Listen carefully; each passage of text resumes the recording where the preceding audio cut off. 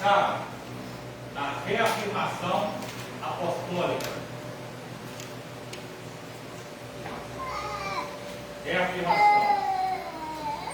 Reafirmação apostólica. Não. Não é aí não. Toque 2 e 2 aqui.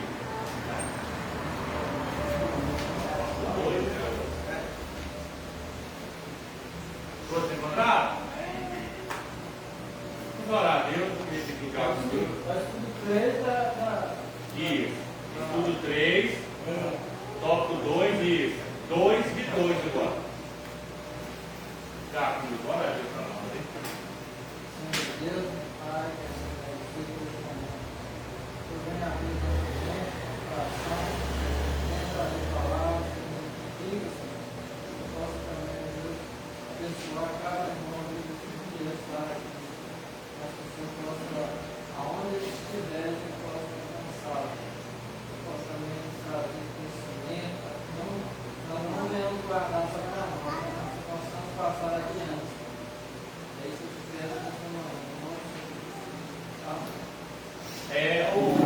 A lição que nós estamos estudando, né, está falando a respeito da encarnação do Verbo. Quem que é esse Verbo? Jesus, né?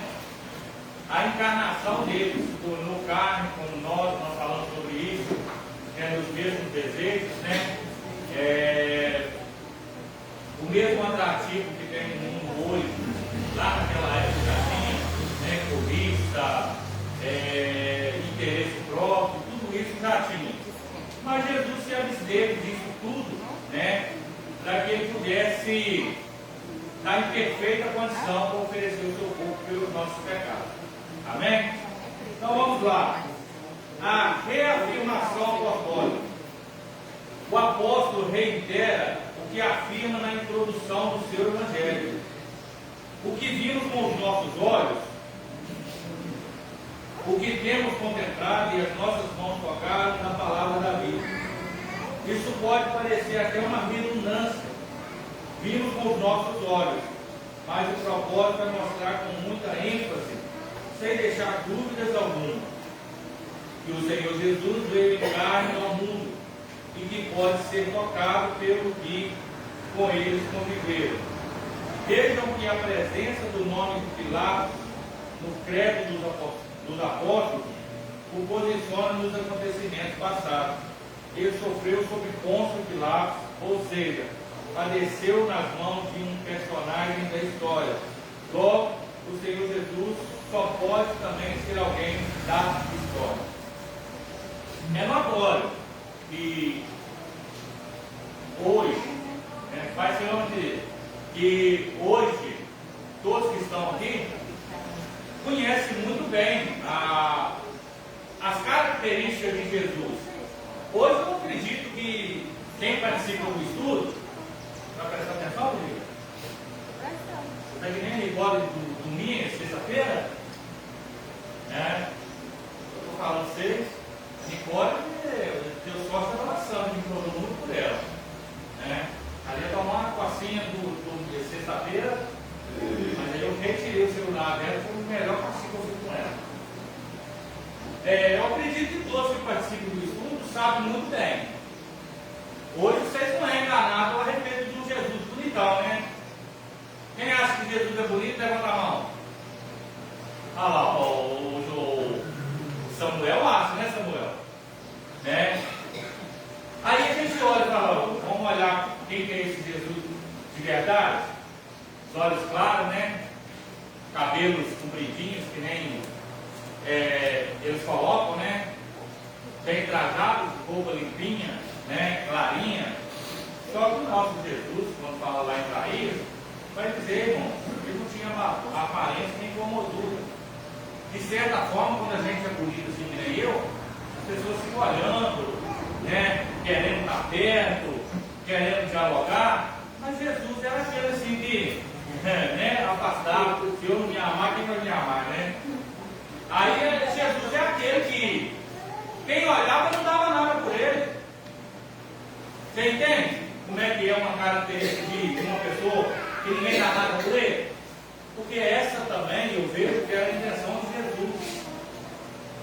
Porque nós estamos vivendo uma época, que isso já vem desde lá do passado, que as pessoas só encostam na gente por interesse. Ou você é bonito, ou você tem posse, ou você tem conhecimento, porque por incrível que pareça, o conhecimento também atrai pessoas. Quando a pessoa tem estudo que eu falo o seguinte, conhece de vários temas, né? Conhece sobre política, sobre ciência, sobre tudo. Ele tem um vasto conhecimento ali que ele ouve no jornal, vai pegando aquilo, vai falando, as pessoas também querem estar perto dele para conversar sobre vários temas, né? Já Jesus, ele tinha um tema focal. Qual que era o tema dele?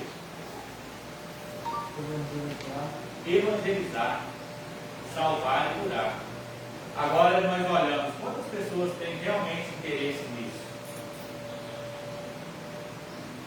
Quando eu vejo as pessoas falar que o Evangelho hoje virou um meio de comércio, a gente nem pode criticar muito, porque de fato é verdade. As pessoas hoje estão querendo montar a igreja para ver se tem uma renda, se tem um dinheiro. Como diz alguns amigos aí, fala o seguinte: o cara tem tudo na vida, não conseguiu nada e vai ser pastor, né? Então esse Jesus aí, ele veio de uma forma corpórea. Não é só uma, que nem Deus. Deus não tem corpo, vocês sabem disso, né? Vocês sabem que Deus não tem corpo? Deus não tem corpo. Não é que nem eu e você que tem braço, perna, irmão. Vocês sabiam disso ou não sabiam? Pode falar se não sabia. Sabia não? Sabia não? Já quando eu falei. Ele é espírito. Aí você fala o seguinte: mas eu sou filho de vez em quando, desde que a mão do Senhor não seja escolhida para que não possa salvar, nem tampado pelo ouvido para poder ouvir. Então ele tem mão e tem ouvido. Não. Isso é para nós entendermos a característica que nós conseguimos entender. Deus, ele é espírito, é verdade. E importa que os seus adoradores o adorem em espírito e em verdade. Então, esse aí é que eu quero que a igreja pegue. Jesus, ele é corpo, veio em corpo, físico. Né? Porque quando você vê a história lá, ele foi açoitado, numa zorra, voava pedaço, não tem como voar pedaço de espírito. Né? Você já viu um pedaço de carne humana quando é cortado, que vai no osso? Quem sabe assim que apareceu o tocinho? Vocês nunca viram, não? A história de Jesus é essa: quando batia assim, dava aquele corte, puxava, arrancava aqueles pedaços. Então ele era físico. Se alguém chegar para vocês e falar assim: esse Jesus, ele veio aqui espiritual, fala: não, a Bíblia dá uma característica que ele veio como carne, morreu, né, passou pelo mesmo desejo que nós, se absteve disso tudo para buscar levar a humanidade até Deus. Alguém quer fazer mais alguma colocação?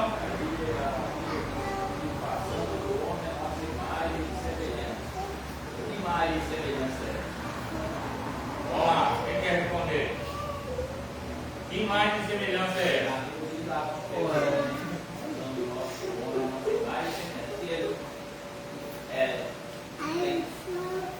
Corpo, né? Vamos lá.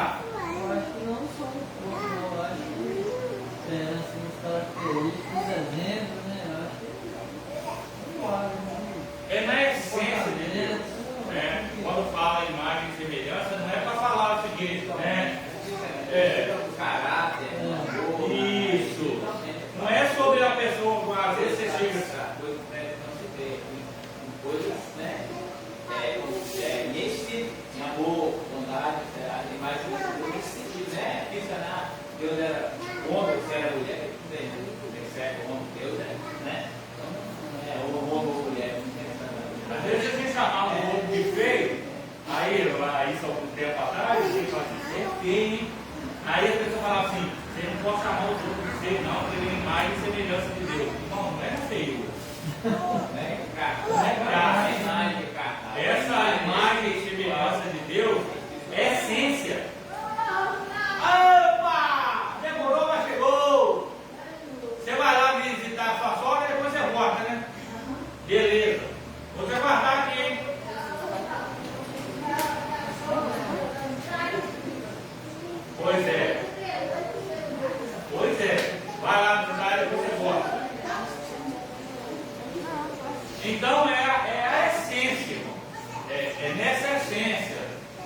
quê? De bondade, de amor, de compreensão, de carinho, de dar a vida pelo outro.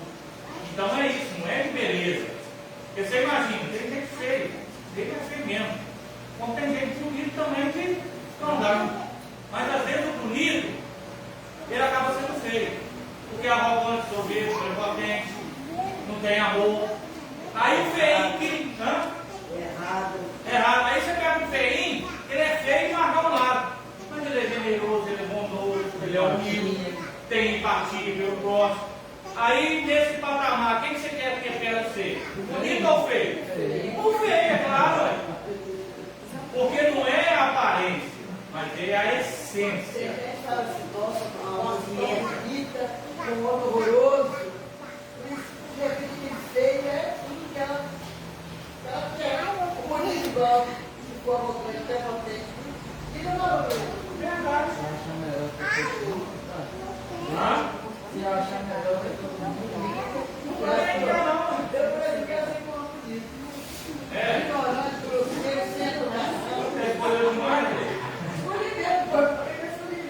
Agora só cão mais feio, né? Eu prefiro feio, bem feio. Aí. Só eu E a vantagem do feio é que só não vai ter concorrência. Exatamente. Confia nisso, tá? Confia nisso. Deixa ele ser simpático. Deixa ele ser simpático, tratar bem a história dele. Né? Vocês estão entendendo o que é fazer imagem e semelhança? Né? A vantagem da nossa escola dominical, mas brinca e se diverte também. Né? Não fica aquela coisa chata. Pastor, tem uma vantagem daquela que é bonito, porque meu filho é bonito. Então, não aconteceu.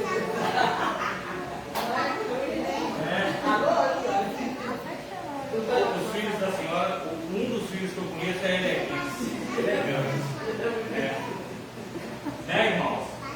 Então nós entendemos que você imagina que Deus é muito sábio. Né? Ele envia o seu filho amado e ele deixa esse contexto. Vamos fazer o homem a nossa imagem e semelhança. Por quê? Jesus ele carrega uma essência aqui na terra, que é a mesma essência que nós como cristãos, em verdade, o ser humano deveria carregar, que é a essência de não suspeitar mal, né? Atender a todos sem distinção, né? Atender a todos sem distinção, sem dizer o seguinte, se é branco, se é preto, se é pobre, se é rico. Jesus não tinha isso.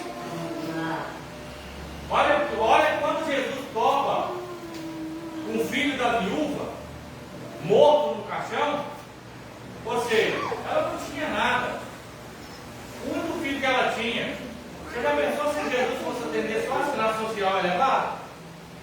Mas ele chega nos poderosos e bate neles na palavra, vocês vê lá, nenhuma autoridade é te dada sobre a minha vida, se do alto for revelado.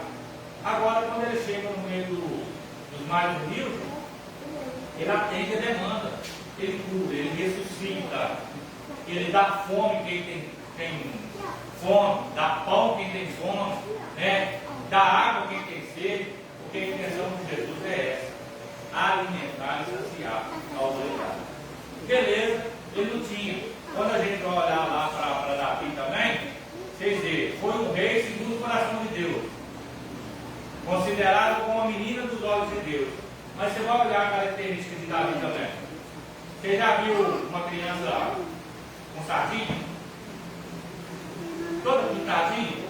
A característica de Davi era aquela: cheio de sardinha, queimado pelo sol, judiado pelo sol, mas era um menino que Deus escolheu ele lá no meio das ovelhas malhadas. Ou seja, das ovelhas que não valiam nada. Deus escolhe ele para ser rei. Então é isso que eu quero trazer para nós nessa manhã. Não importa se você é feio ou bonito, o que importa é o que você carrega dentro. O que carrega dentro de você? Te coloca para cima ou te coloca para baixo? O que Jesus carregava ele, colocava ele para cima. No meio da sociedade, colocava ele para baixo. Porque quando a gente vai olhar, alguém esperava o seguinte: não, nós esperávamos um rei que nos ia nos proteger. E ele diz: eu vim para salvar. Então essa característica que você precisa entender. Jesus ele tinha corpo físico. Deus não é físico. Deus ele é espiritual. Né? Terceiro tópico. Alguém quer falar mais sobre isso aí?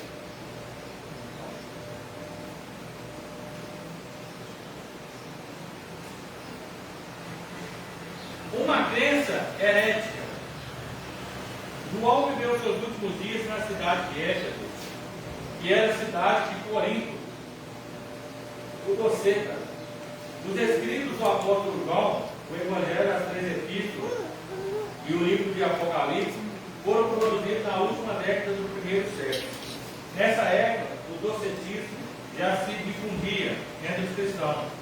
Por isso, o apóstolo esclarece e de maneira direta que todo aquele que nega que Jesus veio em carne não é de Deus.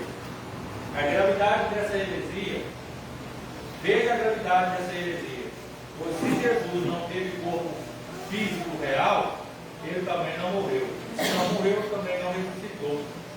Se não ressuscitou, logo não há esperança de salvação. Por esta razão, o apóstolo João foi contundente contra os docetas.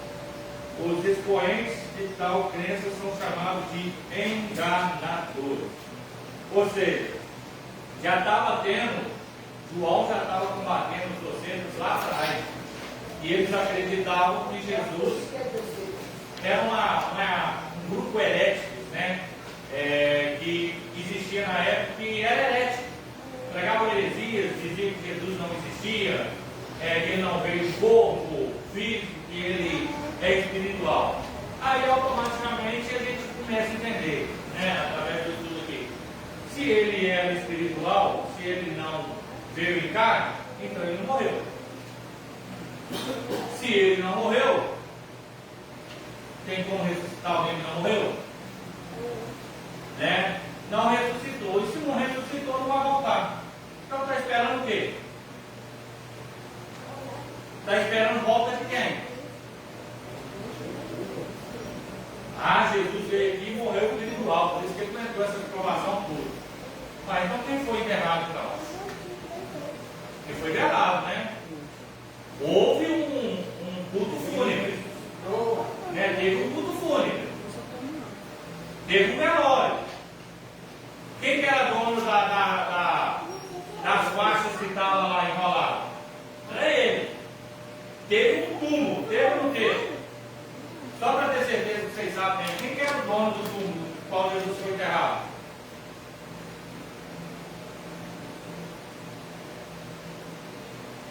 Quem lembra o nome dele?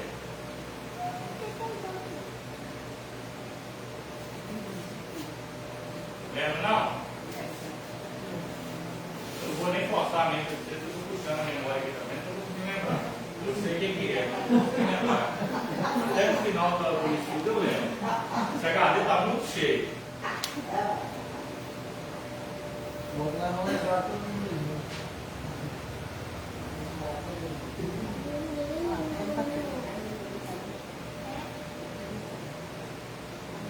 Ô Lu, como é que chama quem ajudou Jesus a carregar a cruz? O nome dele é complicado.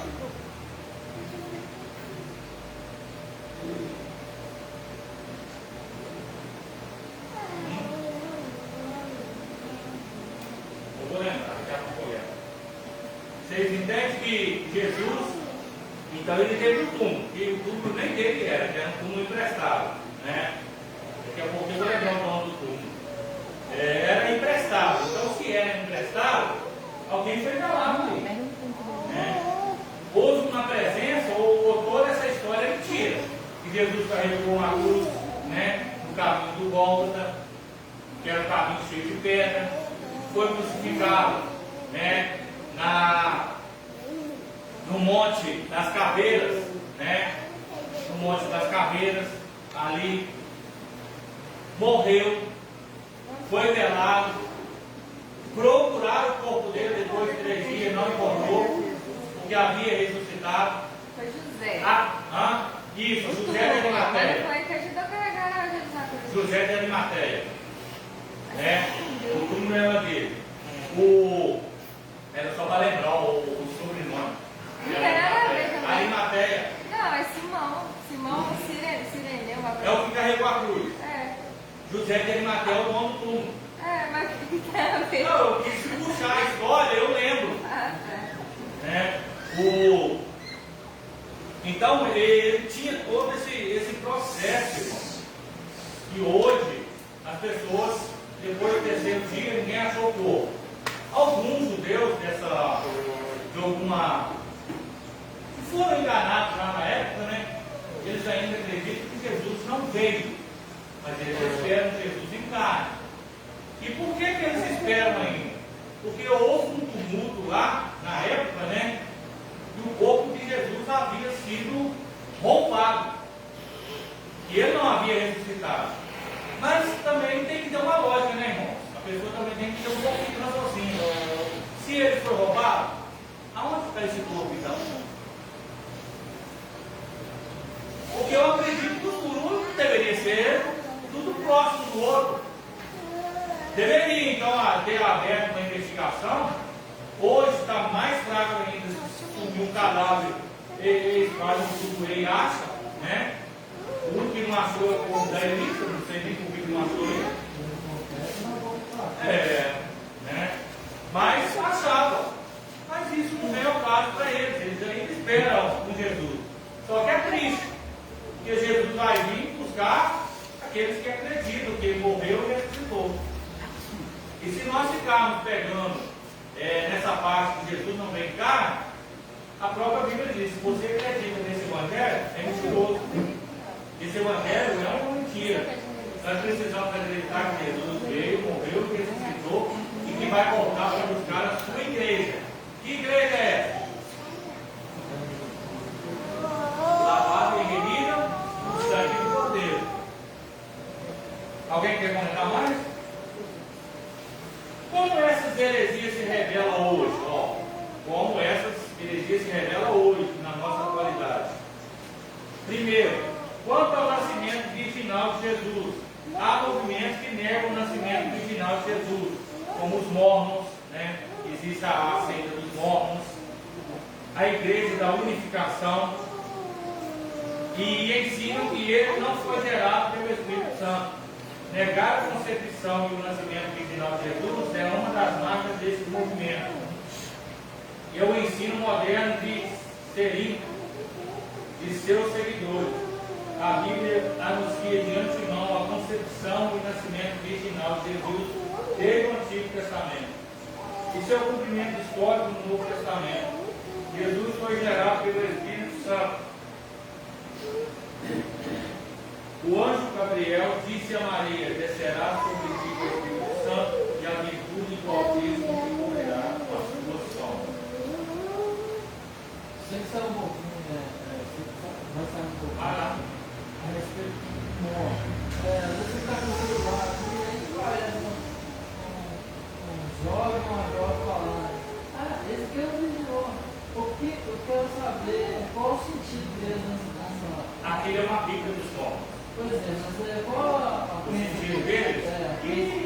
É isso aqui que nós estamos falando. Eles não acreditam no nascimento virginal de Jesus, né? Não acreditam que ele foi concebido pelo Espírito Santo. Então eles têm uma teoria, né? Até pouco tempo, no setor que eu trabalhava, até pouco tempo não, tem bastante tempo. Lá no meu setor de trabalho, onde eu vendia livros, eles tinham uma Bíblia dos mortos, né? É até estranho, porque eles mudam a Bíblia e fazem adaptação para eles seguir o conceito do princípio deles, aquilo que eles não acreditam.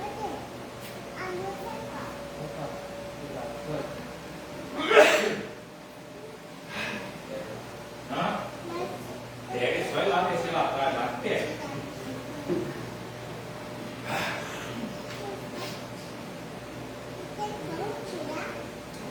Agora eu quero fazer a pergunta para a igreja.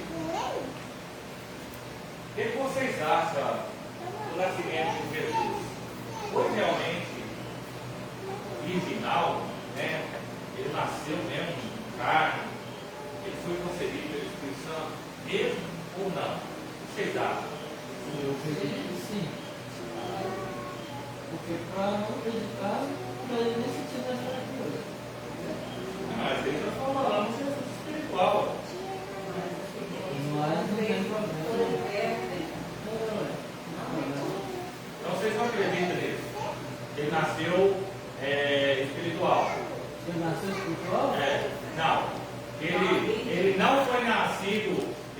nasceu de uma virgem e nem foi concedido espiritual para ser gerado dentro de uma mulher. Ó, então, já que nós nascemos, vamos esclarecer isso. Porque quando ele nasceu, ele nasceu em carne, no caso, né? Isso, né? E quando ele foi,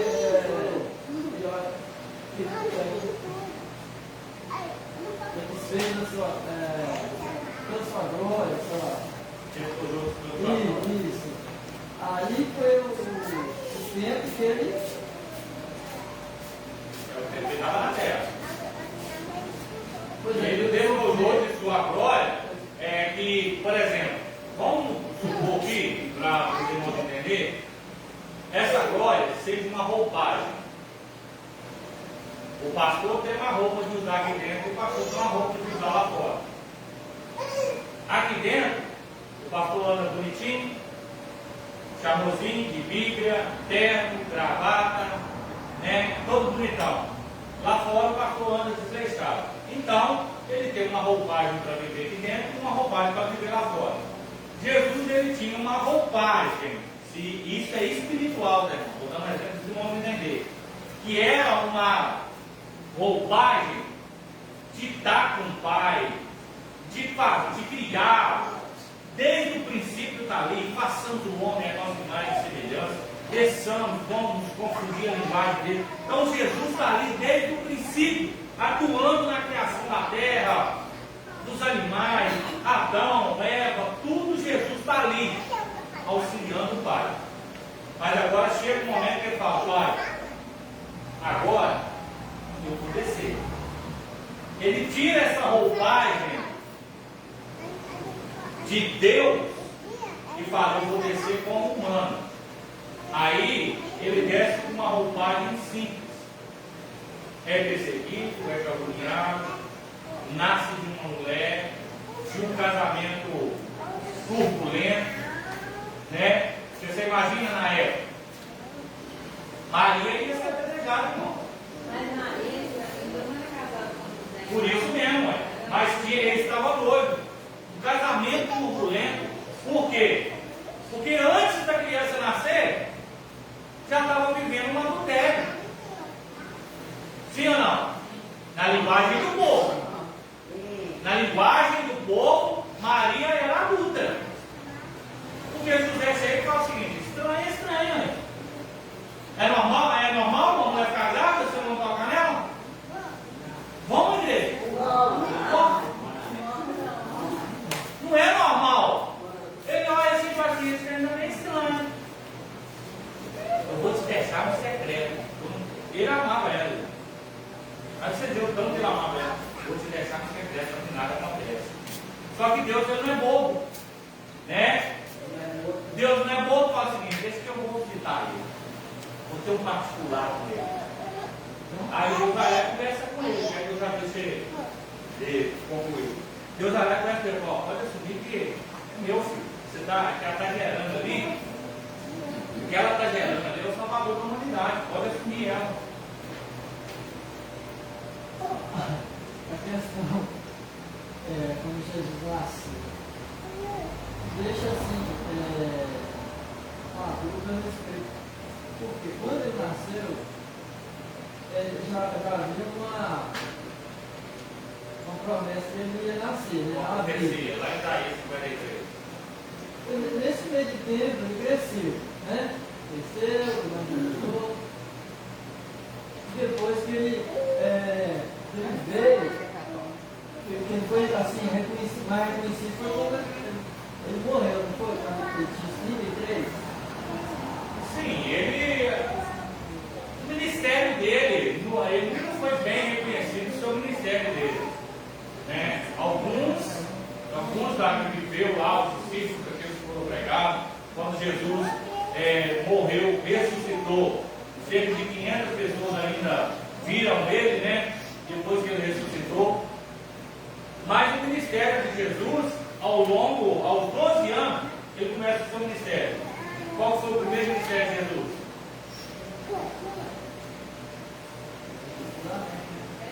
Ensinar no templo, né? Os doutores, tudo sentados em volta dele e ele ensinando. Ali começa o ministério dele.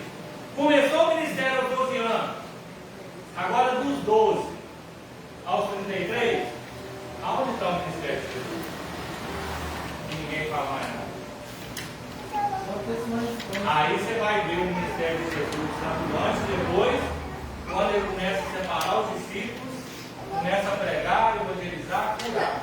Aí ali começa o ministério de Jesus de novo.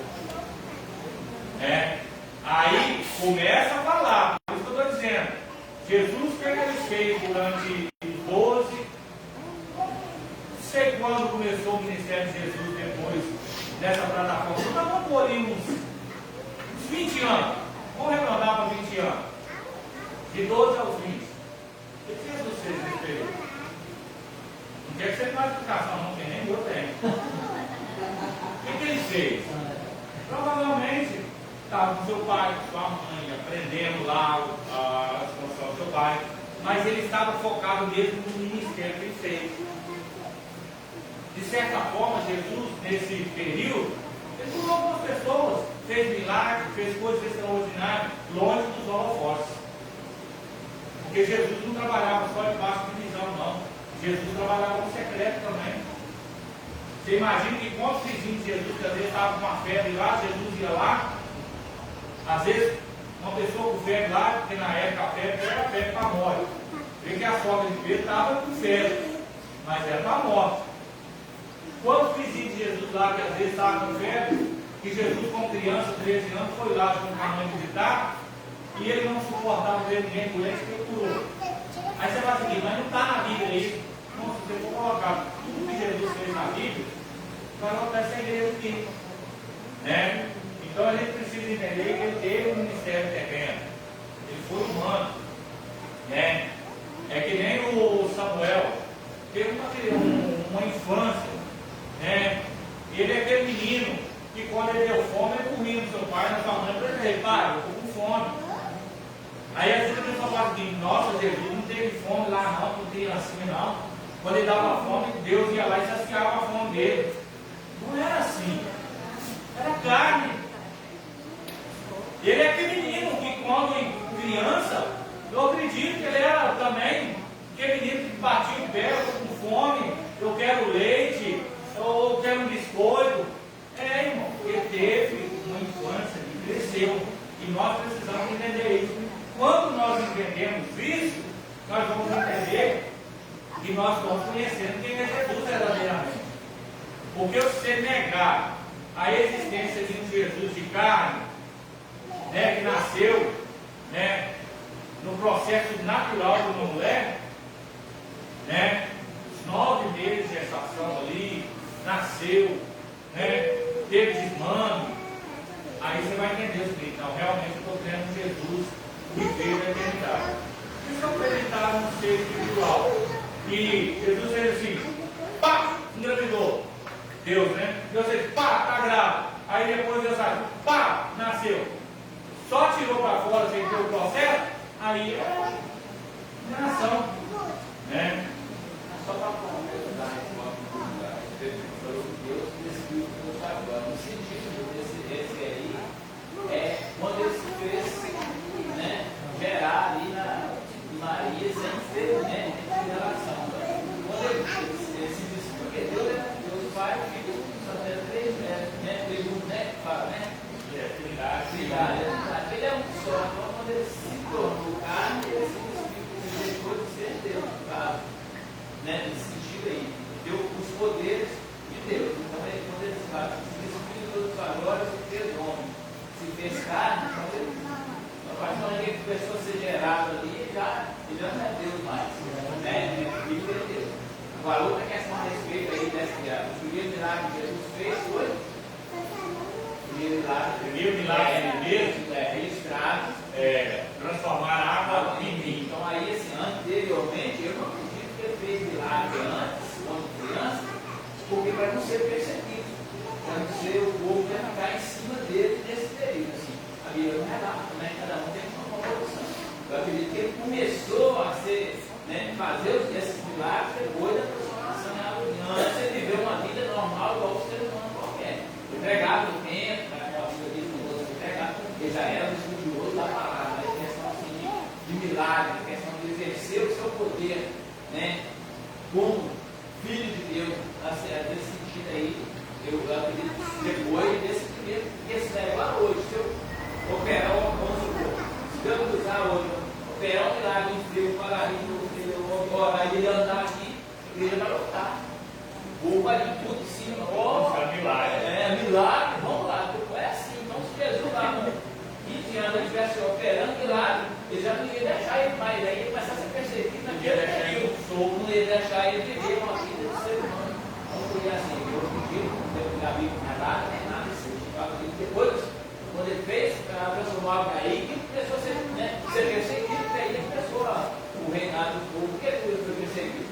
E os reis ficaram com ele tomar o reinado de ser o rei dominado pela Roma, dominar todos os povos. A mente da gente ela consegue imaginar nesse período de 12 a 20 anos alguns milagres que Jesus fez, dono dos holofotes, mas se você for pegar profundo mesmo, quando o evangelista disse aí, como é que acontece o primeiro milagre? Registrado mesmo, que a Bíblia registra. Maria chega para ele e fala o seguinte: olha, você vê que a gente tem que entender um bocado da Bíblia, para saber o que aconteceu com os milagres antes. E não foi o holofote para todo mundo ver, mas aconteceu. Por que Maria chega para ele e fala o seguinte: o vinho acabou. Notório que ela tinha visto que ele já tinha feito algum milagre. E ninguém é bobo, né, irmão? A mãe conhece o filho. Não é aquele negócio de expandir, né? Divulgar para todo mundo ver. Ele fazia algumas coisinhas, né? Mas isso não vem ao caso, isso não impede a salvação. Só que quando ela chega e fala para ele o seguinte: o vinho acabou, o que você vai fazer? O que ele vira para ela e fala? Não vai chegar a minha hora. Não era chegada a hora dele, não é verdade? Mas o milagre aconteceu ou não aconteceu? Sim ou não? Sim. E o que ele fez aquilo ali? Alguém viu o milagre dele? Viu? Assim, não viu acontecer. Viu o que aconteceu com a água, mas outra transformação. Interessante que quando você vai olhar o texto, aparentemente ninguém ficou sabendo do milagre dele. Olha lá no texto que você vê. Não? Aparentemente não. Porque o que ele faz? Ele pega quem estava servindo a mesa. E ele pede para encher as talas de água. Quem estava servindo a mesa. E a mãe fala o quê? Faz o que ele diz. Encheu as talas d'água? Meu, deixa essa água de água aqui lá. Você encheu. Deixou aqui? Sai todo mundo. Quando eles voltam para buscar vinho, o vinho estava lá. Portanto, e você vai ver que quem serve o vinho, na festa vai dizer o seguinte: estou entendendo esse casamento. É notório que serve o vinho melhor primeiro, porque depois que as pessoas estão embriagadas vai sobrar o ruim. Aqui nessa festa todo mundo, tudo contrário. Serviu o ruim primeiro e agora por último está servindo o bom. Porque o milagre, a chegada do milagre de Jesus não seria esse. Transformar a água em vinho? Como assim? Lógico que talvez a referência que eu vou usar aqui, alguém vai meter um pau depois. Mas se você for olhar, seria um milagre desnecessário. Sim ou não? Vocês têm direito de discordar, irmão. Entre curar e transformar a água em vinho, qual que é melhor? Entre saciar a fome e a sede e transformar a água em vinho, qual que é melhor? Não que Jesus seja errado ali não, irmão. Estou dizendo isso não. Estou dizendo que se for olhar o que aconteceu ali, era um milagre desnecessário. Mas ele foi convidado para o casamento, era muito próximo. Eles iam ficar envergonhados. Ele falou assim: vou dar um jeitinho de ajudar. Por isso que ele disse para ela: não é chegada a minha hora. Né? Assim como foi o primeiro milagre de Jesus transformar a água em vinho, qual que foi a primeira prática?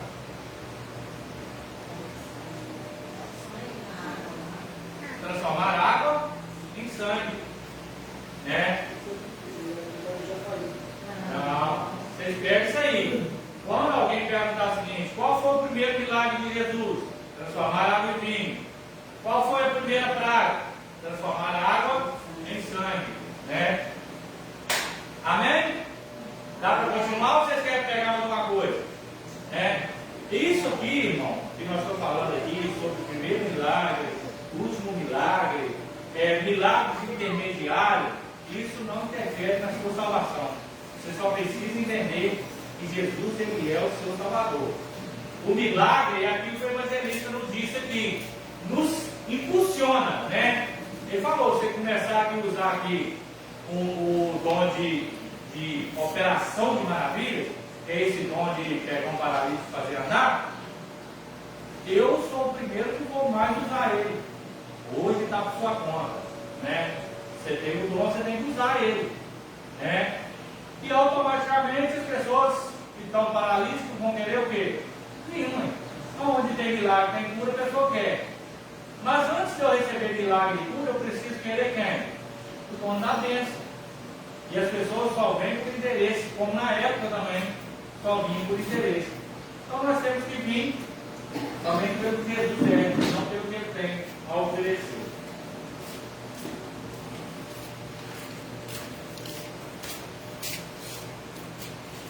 Terceiro e último tópico: confirmação histórica. A confirmação bíblica e histórica da morte de Jesus é fato incontestável. Historiadores não cristãos, judeus e romanos atestaram a morte de Jesus. Flávio José, que o historiador judeu, Flávio José, eu saltei os dois porque é a mesma segmento do um. Flávio José é um dos maiores e melhores historiadores judeus, né? Disse, acusaram-no perante Pilatos e este ordenou que o crucificasse. O que os havia amado durante a sua vida, não o abandonaram depois da morte. O historiador romano Tácito, 55, 117 depois de Cristo, escreveu: aquele de quem levavam o nome Cristo foi executado no reinado de Tibério pelo procurador Pôncio Pilatos. A Bíblia declara que Jesus, depois de ter padecido, se apresentou vivo com muitas e infalíveis provas. Está lá em Atos 1:3. Alguém quer ler lá? Atos 1:3. Como vocês não querem ler, eu vou ler. Atos 1:3. Só para nós ter certeza aqui. Atos 1:3.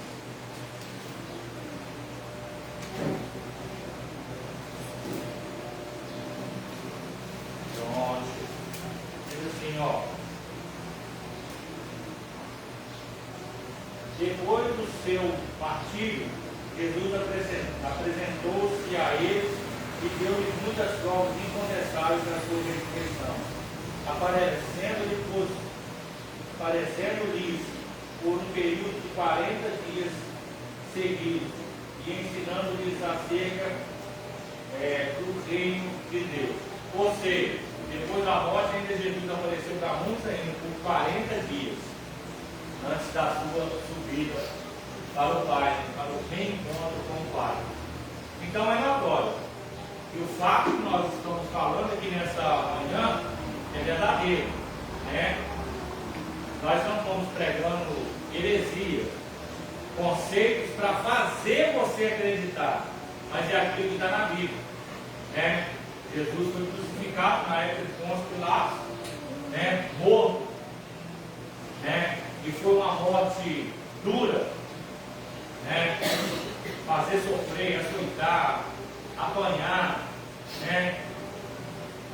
Foi dilacerado o seu corpo, mas tudo tinha um propósito. O propósito dessa morte era para que eu e você tivesse vida, para que nós pudéssemos ser resgatados. Ele veio para os seus, e os seus não deram crédito, né? Nós vemos na história dizer o seguinte: olha, o profeta não tem honra na sua casa. Quando Jesus estava curando, fazendo milagre, e que alguns evangelizavam o nome dele, quem era da terra dele, disse, uai, não é esse aí o filho de José, o carpinteiro? Sua mãe não é Maria? Né? Então ele não tinha aquela atração que as pessoas queriam atrair, mas ele era aquele que quem o adorava verdadeiramente seguiu ele até o fim. Né? Conclusão: a expressão o verbo se fez carne e Jesus Cristo veio em carne significa uma resposta aos docetas. Os evangelhos revelam vários atributos característicos de Jesus, ser humano.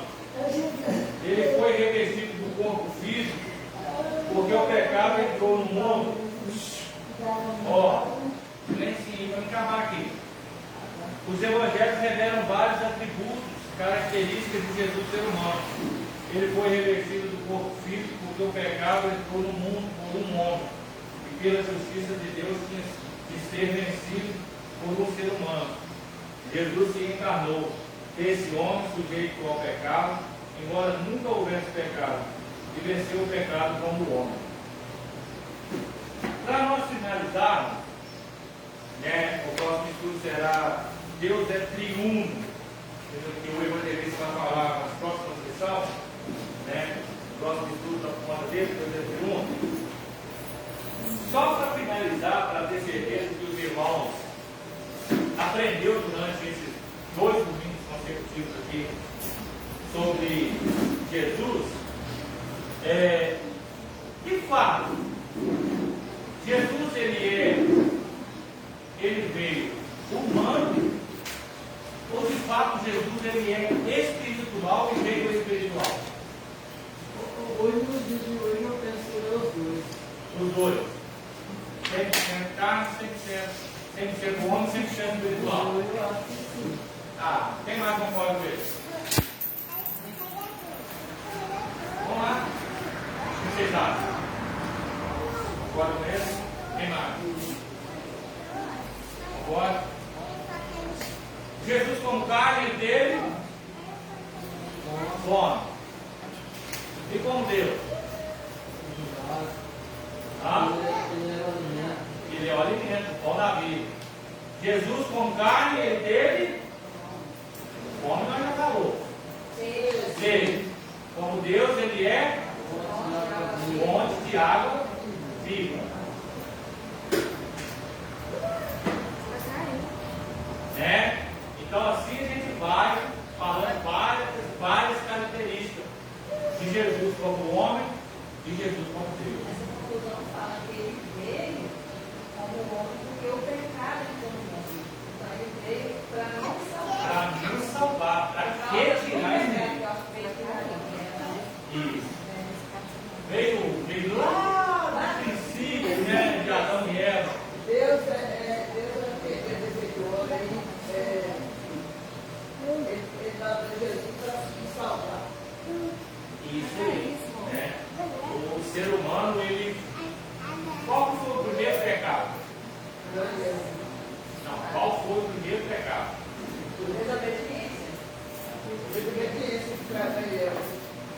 Vocês confiaram, né? Você está vendo qual que é a vantagem aqui na escola bíblica legal? O crente mais fraco aqui, eu desafio alguns crentes de outras denominações, não se fazendo.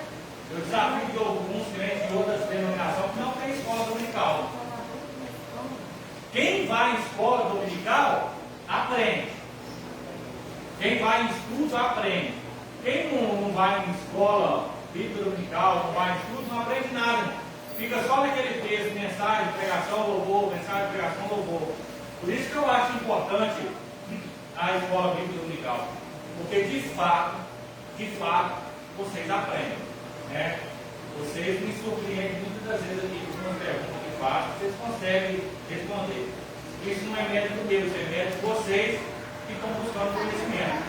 Mas que não fique somente nisso aqui não. Né? Medita em casa, busca vídeo no YouTube, busca pregadores que realmente querem pregar a palavra de Deus. Né? Tem pregadores, historiadores que pregam a palavra de Deus com base, com ensinamento. Né? Agora não fica só no sensacionalismo, não. Aquele negócio, fogo, poder, glória.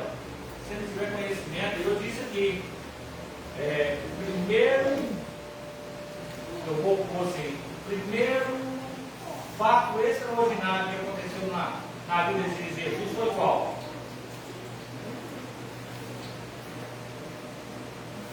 Qual foi o fato marcante na história de Jesus? Hã? Hã?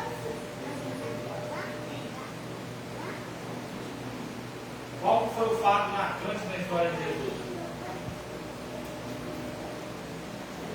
É só vocês pensar um pouquinho.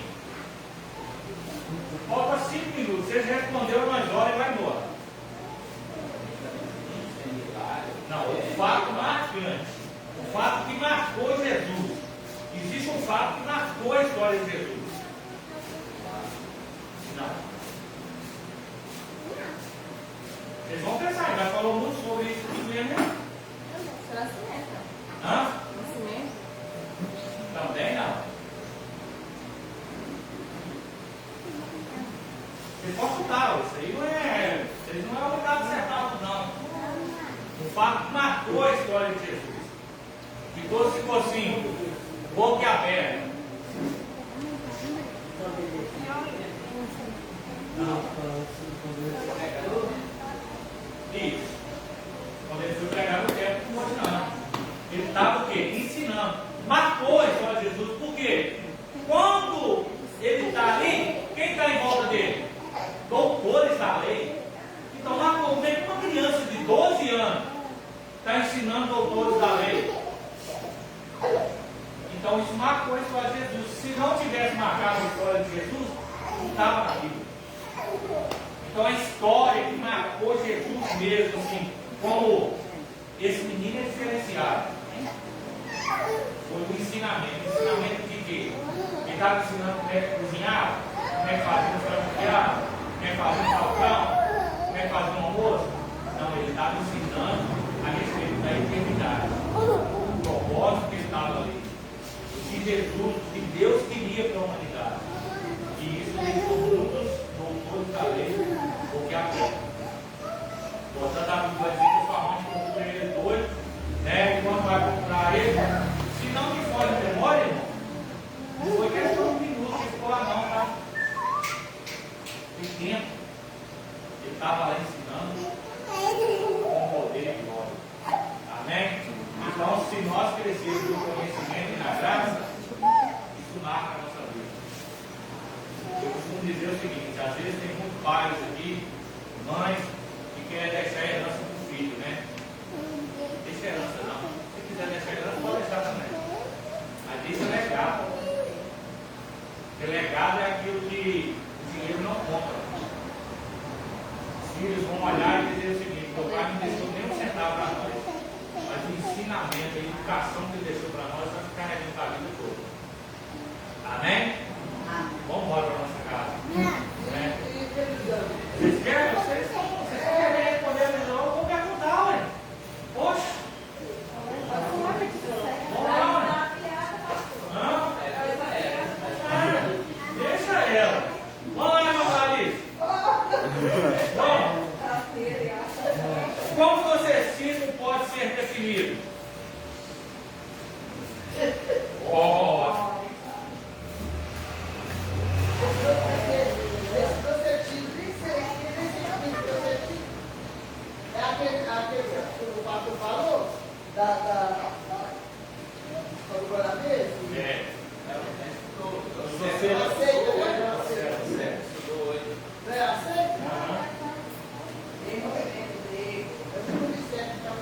O que é docetismo? O termo vem do grego dogma, significa ter aparência.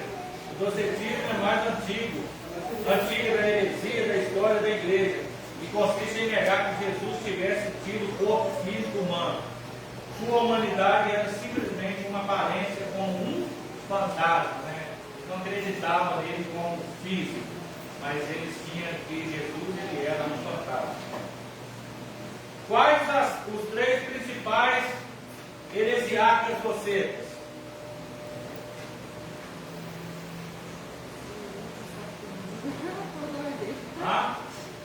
Cerinto, Saturnino E Marcião. E É nome esses dos planetas eram- da Terra, ué.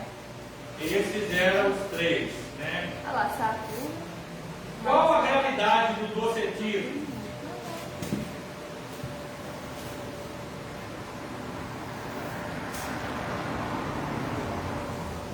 Sei.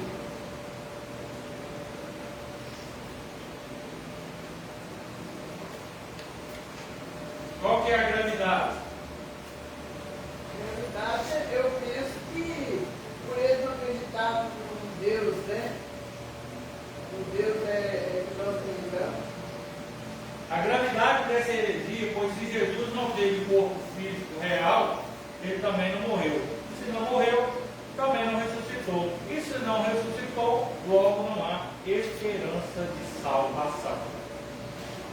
Lembrando que eu estou sem revista de professor, tá? Se estiver errado aí, vocês podem conferir aí. Mas eu estou conferindo aqui de acordo com o que foi passado no estudo. Está correto aí, ó? O que o apóstolo reitera na introdução do Evangelho de João? Da onde nós começou hoje? Vamos lá.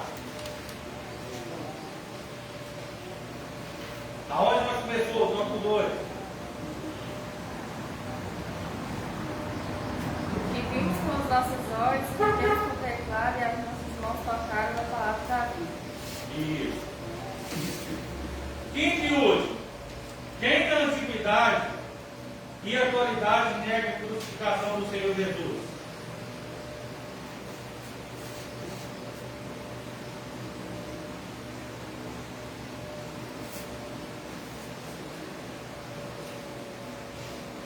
Os mormons. Quem mais? A Igreja da Unificação. Isso. Amém? Então vamos lá. Já com João, bora Deus aí para nós tornar. Vamos logo à noite, nós temos um culto, né? De louvor e adoração, vem para cá adorar a Deus, né? Bota uma roupinha bem bonitinha, esquece os seus problemas, as suas lutas, as suas dificuldades. Passa um perfuminho, penteia o seu cabelo e fala: estou indo para casa de Deus adorar a Deus, sem olhar o seu problema, sem olhar a minha luta, a minha dificuldade. E adore a Deus com todo o teu ser, com toda a tua alma, porque isso é importante, né? Eu sei que às vezes quando a gente entra na casa de Deus, a gente está arrebentado, explorado. Mas aqui Deus vai te refúgio e te fortaleza. Amém?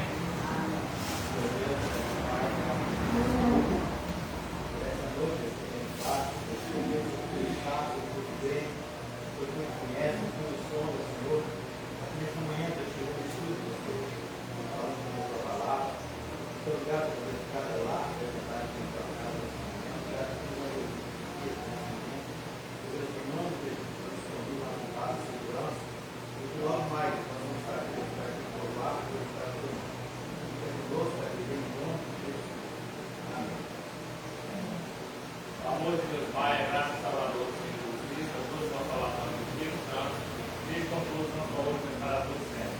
A igreja comprada do Santo Jesus diga amém. Relatório.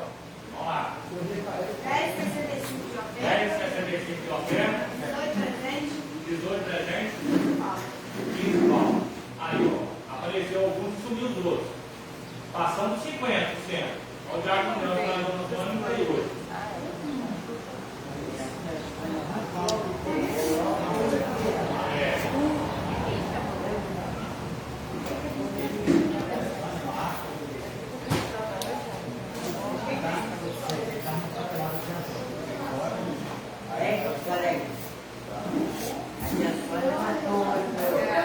Escola Municipal Cobrar,